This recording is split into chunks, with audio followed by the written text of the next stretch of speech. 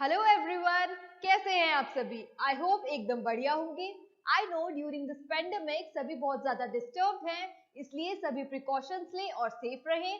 Studies पे अपनी concentration loose करने की बिल्कुल जरूरत नहीं है। साइकोलॉजी काफी इंपॉर्टेंट सब्जेक्ट है, इसलिए स्टार्टिंग से इस पर फोकस बनाकर चलिएगा। आज हम स्टार्ट करने जा रहे हैं आपकी बुक का चैप्टर नंबर 4 पार्ट 2, जो कि है साइकोलॉजिकल डिसऑर्डर्स। अर्लियर पार्ट 1 में हम सेपरेशन एंजाइटी डिसऑर्डर तक ऑलरेडी कवर कर चुके हैं। इन केस आप लोगों ने नहीं देखा है तो जरूर जाकर देखिए and do not forget to like and subscribe the channel learn करो क्लास 11 एंड 12। और मैं हूं श्रेया, आपकी साइकोलॉजी मेंटर। ऑलराइट, चलिए स्टार्ट करते हैं। इसमें आज हमारा पहला टॉपिक है जो कि काफी इंपॉर्टेंट है, obsessive compulsive and related disorders. इसे कभी कभी हम लोग शॉर्ट में ओसीडी भी बोलते हैं। सुना होगा आप लोगों ने कभी कभी हम इसे बोलते हैं OCD stands for obsessive compulsive disorders. Alright, तो क्या होता है, आप लोगों ने बहुत बार देखा होगा कुछ लोगों की हैबिट होती है कुछ ज्यादा ही, नॉर्मल से कुछ ज्यादा ही हैंड वॉशिंग की। और सिर्फ हैंड वॉशिंग नहीं, इनफेक्ट थिंग्स लाइक कॉइन्स को भी वॉश करने की। तो ये सब किस में आता है, इन सबको हम डिस्कस करेंगे ओसीडी के अंदर। ऑलराइट, सो अब ये ऑब्सेशन और कंपल्सिव ये दोनों अलग अलग होते हैं। तो ऑब्सेसिव का मतलब क्या होता है और ऑब्सेसिव बिहेवियर क्या होता है? It is the inability to stop thinking about a particular idea और टॉपिक। कोई भी एक पर्टिकुलर जो टॉपिक है उसके बारे में आप सोचते ही रहोगे for continuous period of time. आप उससे अपना ध्यान हटा ही नहीं पाओगे, आप कंपल्सिवली और उसके लिए ऑब्सेस्ड हो जाओगे और आप एक पर्टिकुलर थॉट बार बार सोचते रहोगे। अब आप क्योंकि उससे ध्यान नहीं हटा पा रहे हो तो बहुत बार it turns to be unpleasant and shameful. इसे बोलते हैं ऑब्सेसिव बिहेवियर। और कंपल्सिव का मतलब क्या होता है? It is the need to perform certain behaviour over and over again. उसमें थॉट था और इसमें बिहेवियर है, ये इनका बेसिक डिफरेंस है। ऑलराइट, इसमें थिंकिंग में होता है और इसमें बिहेवियर में। So many compulsions deal with जैसे कि चीजें like counting, ordering, checking, touching and washing. जैसे कि कुछ लोगों को हैबिट होती है उन्हें बार बार ना चेक करना होता है, उन्हें ऐसा लगता है उन्होंने डोर लॉक किया है कि नहीं। कर दिया है लेकिन उनको फिर जब वो बैठेंगे उन्हें लगेगा हमने डोर लॉक किया है कि नहीं, तो अगेन एंड अगेन उन्हें क्या होए, इट इज कंपल्सिव बिहेवियर। तो ये सब आता है हमारा under obsessive compulsive related disorders. इसमें एक और चीज आती है, वो क्या है? Trauma and stressor related disorders. Okay, इसको शॉर्ट में हम जैसे बोलते हैं PTSD, which stands for post traumatic stress condition. अब पोस्ट ट्रॉमेटिक में ना मेजर ट्रॉमा आते हैं, जैसे कि एनी बॉम्ब ब्लास्ट, सुनामी या फिर कोई नेचुरल डिजास्टर, जिसकी आपको यादें या कोई बातें जो आपने फेस करा है ना वो आपको बार बार फ्लैशबैक होता रहता है, उसको आपको यादें बार बार फ्लैशबैक होती है। लाइक सिम्टम्स में वेरी वाइडली बट में include recurrent dreams, may be आपको उसके ड्रीम्स आते हो, फ्लैशबैक्स होती हो, या फिर अब वो तो पास्ट में हुआ था इवेंट, अब प्रेजेंट जो आप काम कर रहे हो, then impaired concentration in the new वाला वर्क जो कि आप इस समय परफॉर्म कर रहे हो, एंड इमोशनल नंबिंग। बहुत टाइम मे बी आपने किसी को लूज करा हो उसमें, तो आप इमोशनल नंबिंग भी फेस कर सकते हो। ऑलराइट, नेक्स्ट आता है somatic symptom and related disorders. अब जब हम सोमैटिक बोलते हैं ना, इसका मतलब होता है related to body. So these are the conditions in which there are physical symptoms. जैसे कि सोमैटिक का मैंने आपको मतलब बताया, it means relating to body, तो इसमें physical symptoms in the absence of physical disease. Disease नहीं है फिजिकली, लेकिन आपको सिम्पटम्स फील हो रहे हैं या फिर आपको ऐसा लग रहा है कि वो प्रेजेंट है। ऑलराइट, इसमें मेनली 3 कैटेगरीज आती है: somatic symptom disorders, illness anxiety disorders and conversion disorders।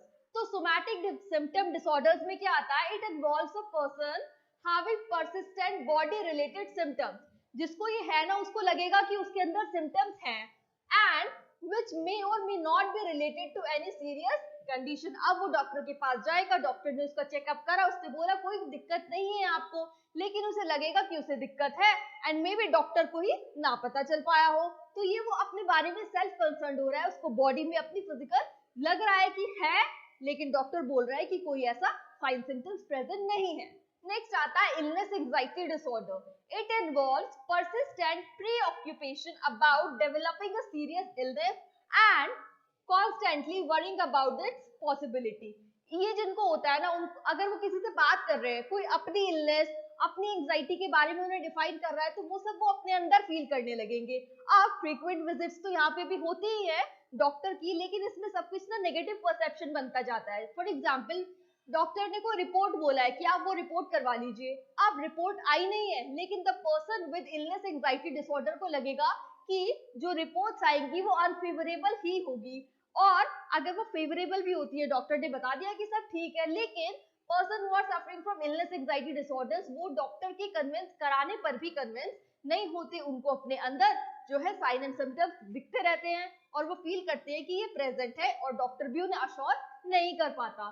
Mostly जो सोमैटिक वाला है और इलनेस वाला है, इन दोनों में ही फिजिकल हेल्थ से रिलेटेड होता है, आई मीन हेल्थ से रिलेटेड होता है। सोमैटिक में तो फिजिकली होता है, और इलनेस एंजाइटी में जैसे आपको पता चल रहा है एंग्शियस हो रखे होते हो आप, डॉक्टर से भी आप कन्विंस नहीं हो रहे हो, और आप अपने अंदर वो डिजीज को सोच रहे हो कि वो आपके अंदर प्रेजेंट है, ऑल्दो इन रियलिटी वो प्रेजेंट नहीं है। ऑलराइट, थर्ड आता है conversion disorder. It involves the reported loss. अब यहाँ पे रियल है loss of part of all और सब ऑफ द बेसिक बॉडी, जैसे कि फंक्शनिंग जब इम्पेयर हो जाती है during paralysis, blindness, deafness and difficulty in walking are general among the symptoms reported. तो ये तो रियलिटी में है, लेकिन ये दोनों आप खुद सोच रहे हो और डॉक्टर के अश्योर करने पे भी नहीं मान रहे। Next you have dissociative disorders. Alright, तो इसमें आता है सडनली टेम्पररी ऑल्टरेशन। अब temporary alteration of consciousness that blot out painful experiences. कोई भी पेनफुल एक्सपीरियंस जो आपने कभी फेस करा है, it is letting it out of your mind are a defining characteristic of dissociative disorder. इसकी डिफाइनिंग कैरेक्टरिस्टिक ही यही है कि कोई भी पेनफुल इवेंट जो है वो आपके माइंड से ब्लॉट आउट हो जाता है या डिलीट हो जाता है, ओमिशन हो जाता है उसका। बेसिकली इसमें दो आते हैं, डिसोसिएटिव अमनेसिया एंड पर्सनलाइजेशन या फिर डीरियलाइजेशन ऑफ डिसऑर्डर्स। तो ये जो डिसोसिएटिव अमनेसिया है, इसमें क्या होता है, it is characterised by extensive but selective. Loss तो एक्सटेंसिव है लेकिन सेलेक्टिव है, पूरा लॉस नहीं हुआ है मेमोरी का, कोई एक सर्टेन पार्ट उसका डिलीट हो गया है, ओमिट हो गया है, इंसान उसके बारे में सब कुछ भूल गया है। That has no known organic cause, example head injury. अब ये जो डिसोसिएटिव एमनेसिया है ना, आप श्योर आप अगर मूवीज देखते हो उसमें ये हमें कई बार देखने को मिलता है कि इफ ही और she has met with an accident, severe accident जिसमें कि हेड इंजरी हुई है, उसके बाद जब होश आता है तो इंसान सर्टेन पार्ट ऑफ टाइम के पहले की जो मेमोरीज है उन्हें भूल जाता है। ऑलराइट, आई एम श्योर आपने ऐसा मूवीज में कहीं ना कहीं देखा होगा, something related to dissociative amnesia. Certain part of the memory is lost, okay, and the person is unable to recall important things like personal information. कभी कभी खुद का नाम भी भूल जाते हैं, वो कौन है भूल जाते हैं, related to a stressful and traumatic report, और या फिर अगर पास्ट टाइम में कोई बहुत पेनफुल इवेंट हुआ हो वो ओमिट हो जाएगा। and the extent of forgetting is beyond normal। अब ये प्रेडिक्टेबल नहीं होता है और ये बियॉन्ड नॉर्मल भी होता है। अब जो सेकंड है हमारा derealisation disorder, it involves a dream like state in which the person has a sense of being separated both from self and reality. इसमें क्या लगता है, फ्रॉम सेल्फ मतलब ओन सेल्फ और रियलिटी से सेपरेट हो गया है पर्सन, तो ये एक डिल्यूजन टाइप का ही होता है। Next you have depressive disorders. Major depressive disorders is defined as a period of depressed mood। अब depressive disorder है तो mood तो depressed होना ही होना है, and along with it loss of interest। अब जब हमारा मूड लो होगा, डिप्रेसिव होगा, तो हम जो भी करंट एक्टिविटी एक्शन परफॉर्म कर रहे हैं उसमें हमारा इंटरेस्ट बिल्कुल नहीं लगेगा, ठीक है, प्लेजर नहीं हमें फील होगा अगर हम कोई अपनी हैप्पी एक्टिविटी भी कर रहे हैं उसमें भी, टुगेदर विद अदर सिम्टम्स जैसे कि अब जब स्ट्रेस में होती है ना बॉडी हेल्थ, तो वो डिटीरियोरेट ही करती है, सो बॉडी वेट पे आपका इम्पैक्ट पड़ेगा, कांस्टेंट स्लीप प्रॉब्लम्स होंगी, नींद ना आना या नींद ज्यादा आना, दोनों ही हार्मफुल होती है। एंड टायर्डनेस, आपने कोई ज्यादा काम नहीं करा लेकिन आप थका हुआ फील करोगे, inability to think clearly, agitation greatly, slowed behaviour and thought of death and suicide, ये एक्सट्रीम कंडीशन में होता है। ऑलराइट, अब कुछ प्रीडिस्पोजिंग फैक्टर्स हैं जैसे कि जेनेटिक मेकअप या hereditary, then age and gender. अब हम जब जेंडर की बात कर रहे हैं तो मेन और वुमेन में दोनों में अलग होता है, as women are particularly at risk during young adulthood। तो टाइम पीरियड जो women में vulnerable है वो कौन सा है, young adulthood, जबकि जो men में है वो कौन सा है, in early middle ages। और अगर हम दोनों जेंडर में कंपेयर करें तो women reports more depressive disorder cases as compare to mens. Next you have bipolar and related disorders. It involves two things, that is mania and depression. Mania को हमने general terms में पागलपन बोल देते हैं या पागल बोल देते हैं, which are alternatively present and sometimes interrupted by periods of normality. अब अगर किसी में ये प्रेजेंट है, जरूरी नहीं है कि वो फुल टाइम वैसा ही बिहेव करेगा, बीच में कई बार नॉर्मल में बिहेव करता है, तभी वहां बोला है between the periods of normal mood. कभी कभी ऐसा बिहेव करते हैं और उनके बीच में जो है नॉर्मल भी बिहेव कर सकता है वो इंसान. एंड इसमें क्या आते हैं एक्सट्रीम कंडीशन में, इसमें एक बहुत मिसफॉर्च्यून इवेंट होता है जो कि है suicide. Now each and every suicide is a misfortune. Suicide is what? Suicide हम बहुत बार टर्म सुना है हमने, लेकिन वो होता क्या है? It is very complex term. बोलने में बहुत आसान लगता है, बट इसमें एक इंटरफेस होता है, इंटरप्ले होता है कई सारे डिमेंशंस का. जैसे कि it is a interface of biological, genetic, psychological, social, cultural and environmental factors. सब में जब डिस्टर्बेंस होता है और वो कॉमन होता है, आप उसे ओवरकम नहीं कर पा रहे होते हो, then what happens is termed as suicide, and each and every suicide is a misfortune. But according to World Health Organization, suicides are preventable. suicide को अगर अच्छे से मॉनिटर करें, उसके लिए हम जो इंफॉर्मेशन है काफी इम्पार्ट करें, अवेयरनेस फैलाएं, then suicide can be prevented.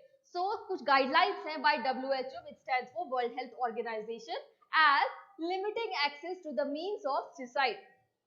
अब सुसाइड के लिए जो भी पर्टिकुलर चीजें या फिर रास्ते यूज होते हैं, उनकी एक्सेस, उनकी अवेलेबिलिटी को लैक कर दिया जाए, स्टॉप कर दिया जाए, पॉज कर दिया जाए या बैन कर दिया जाए.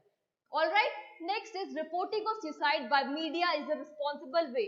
Nowadays media is a very important tool, हम सबको पता है. तो मीडिया को जो है अवेयरनेस फैलानी चाहिए और ज्यादा on the topics related to suicide and all, that it is very unfortunate. Then bringing in alcohol related policies. Alcohol is ruining many lives, and some people under depression start consuming alcohols, and when it leads to unfortunate conditions, may it be suicide. Next, early identification, treatment and care of people. अब जितनी ज्यादा awareness होगी ना, उतनी ज्यादा क्या हो पाएगी? आइडेंटिफिकेशन हो पाएगी of the persons who are weaker at this side. Then अब जब आइडेंटिफाई कर लिया है तो उनका ट्रीटमेंट भी इजियर है, and then care of the people who are at risk of depression and all. Now training health care workers in assessing and managing for suicide. So health care workers को और ज्यादा training provide कर देनी चाहिए, जैसे कि वो और अच्छे से गाइड कर सके to the persons who are at risk. Next you have care for people who attempted suicide, जिन्होंने कि कभी पास्ट में सुसाइड अटेम्प्ट किया है, and providing community support. Community को उन्हें एलियनेट नहीं कर देना चाहिए, बल्कि उनको सपोर्ट करना चाहिए. Alright, next you have identifying students in distress. ये नहीं है कि आपको लग रहा हो ये कहीं बहुत दूर की बात है. स्ट्रेस में तो स्टूडेंट्स भी होते हैं, और सिर्फ जरूरी नहीं है बड़ी क्लास के ही, किसी भी क्लास के हो सकते हैं. एज स्टूडेंट्स में आप कैसे आइडेंटिफाई करोगे कि that somebody is under distress और स्ट्रेस? क्योंकि स्टार्ट तो स्ट्रेस से ही हुआ होगा ये. सो जैसे कि lack of interest in common activities. कोई भी आपके स्कूल में क्लासरूम में एक्टिविटी चल रही है and the person is not at all interested. Earlier interested हुआ करता था बट अब नहीं है. डिक्लाइनिंग ग्रेड्स, और ऑफ ए सडन रिजल्ट जो है डिक्लाइन कर रहा है. Decreasing effort in any new और क्रिएटिव आइडियाज और creative activity. Next, misbehaviour in classroom without any particular और एसेंशियल रीजन. देन मिस्टीरियस और रिपीटेड एब्सेंस, जिसका कि आपके पास कोई रिकॉर्ड ना हो कि what is the reason behind it. Next you have smoking, drinking and drug misuse. क्योंकि जब अंडर स्ट्रेस होते हैं और प्रॉपर गाइडेंस अवेलेबल नहीं होती है, then sometimes students get into all these misleading habits of smoking, drinking and all. Next you have strengthening students self esteem. अब students की सेल्फ एस्टीम को जितना ज्यादा स्ट्रॉन्ग करा जाएगा, उतना ही ज्यादा वो प्रिवेंट हो पाएंगे by these harmful or deleterious effects. As accentuating positive life experiences, सब में पॉजिटिव होता है, नेगेटिव भी होता है. नेगेटिव से ध्यान हटा के पॉजिटिव की ओर लगाना है. जितना पॉजिटिव की ओर लगाओगे उतना मोटिवेशन मिलेगा, उतनी अपॉर्चुनिटी मिलेगी और उतना ज्यादा बिल्डअप होएगा, जो कि होना चाहिए. नेगेटिव से माइंड हटाना चाहिए और पॉजिटिव की ओर कंसर्न का होना चाहिए, तभी आपकी सेल्फ स्टीम बिल्डअप हो पाएगी. And this increases confidence in self, क्योंकि जितना आपको अपनी गुड क्वालिटीज पता चलेगा, स्ट्रॉन्ग क्वालिटीज का पता चलेगा, उतनी ज्यादा आप में कॉन्फिडेंस बिल्डअप होएगा. Next you have providing opportunities for development of सिर्फ एक टाइप की स्किल्स ही डेवलप करने की जरूरत नहीं है, डिमेंशंस बहुत सारी है, सब में इंप्रूव करो, जैसे कि फिजिकल, सोशल, वोकेशनल स्किल्स। जरूरी नहीं है कोई पर्टिकुलर स्किल में ही बहुत ज्यादा अच्छा हो, कोई बहुत ज्यादा पढ़ाई में ही अच्छा हो, जरूरी नहीं है ना। और अगर वो उसमें नहीं है तो उसको आप काफी डिप्रेसिंग फील कराओ। अलग अलग काफी सारी फील्ड से वोकेशनल स्किल्स होती है, वो उसमें भी अपना फ्यूचर परस्यू कर सकता है, तो फिर आप उसमें उसको मोटिवेट करो। Next important topic you have schizophrenia. Okay, so what is schizophrenia? It is descriptive, यानी कि describing term for a group of psychotic disorders in which personal, इसमें देखिए क्या क्या चीजें आती है, पर्सनल, सोशल एंड ऑक्यूपेशनल, तीन चीजें आती है, पर्सनल, सोशल और जो आप एक्टिविटी परफॉर्म करते हो जो कि आपका जॉब है, occupation functioning deteriorate as a result of disturb thought, इसमें आपका थॉट प्रोसेस डिस्टर्ब्ड है और उसकी वजह से जो है सब कुछ डिटीरियोरेट हो रहा होता है। Strange perceptions, unusual emotional states and motor एबनॉर्मैलिटीज। जब हम इसके सिम्टम्स की बात करते हैं ना तो ये grouped under 3 categories, positive, negative और साइकोमोटर। पॉजिटिव में क्या होता है, जो कि एक नॉर्मल लिमिट होता है ना, ऑप्टिमम, उससे सब कुछ ज्यादा हो रहा होता है, जैसे कि एक्सेस ऑफ, पॉजिटिव का मतलब है एक्सेस ऑफ थॉट, किसी एक टॉपिक के बारे में आप नॉर्मली ऑप्टिमम से ज्यादा सोच रहे हो, इमोशन की बहुत ज्यादा इमोशनल हो रखे हो, आप इतना इमोशनल सीन भी नहीं है। देन बिहेवियर, जितना आपको बिहेव करना चाहिए एट पर्टिकुलर सिचुएशन आप उससे ओवर कर रहे हो, तो पॉजिटिव में सब कुछ ओवर होता है। और इसके रिवर्स अगर हम नेगेटिव की बात करें तो इसमें नॉर्मल से कम होता है, जैसे कि डेफिसिट, इसमें था एक्सेस, इसमें है deficit of thought, emotion and behaviour, तीनों चीजें सेम है, इसमें बस एक्सेस हो रहा है और इसमें डेफिसिट हो रहा है। साइकोलॉजिकल सिम्टम्स हम अभी आगे कवर करेंगे। सो नाउ अब वर्ड्स आते हैं डिल्यूजन। डिल्यूजन क्या होता है? It is a false belief that is firmly held inadequate grounds पे। अब बिलीफ है जो कि फॉल्स है लेकिन आपने इनएडिक्वेट ग्राउंड में उसको अपने माइंड में जगह दे दी है। It is not affected by rational argument, कोई उसकी रियलिटी में आप उसको करेक्ट नहीं कर सकते कि ऐसा है या इसके पीछे ये रीजन है, कुछ नहीं होता है।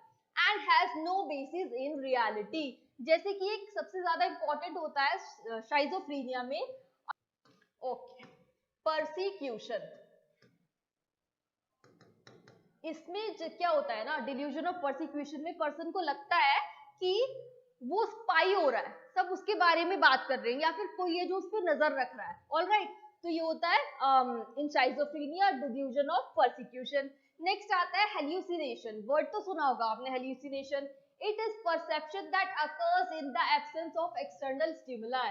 अब in reality external stimuli present नहीं है लेकिन आपको फील हो रहा है। इसमें सबसे ज्यादा जो कॉमन है वो है ऑडिटरी हेल्यूसिनेशन।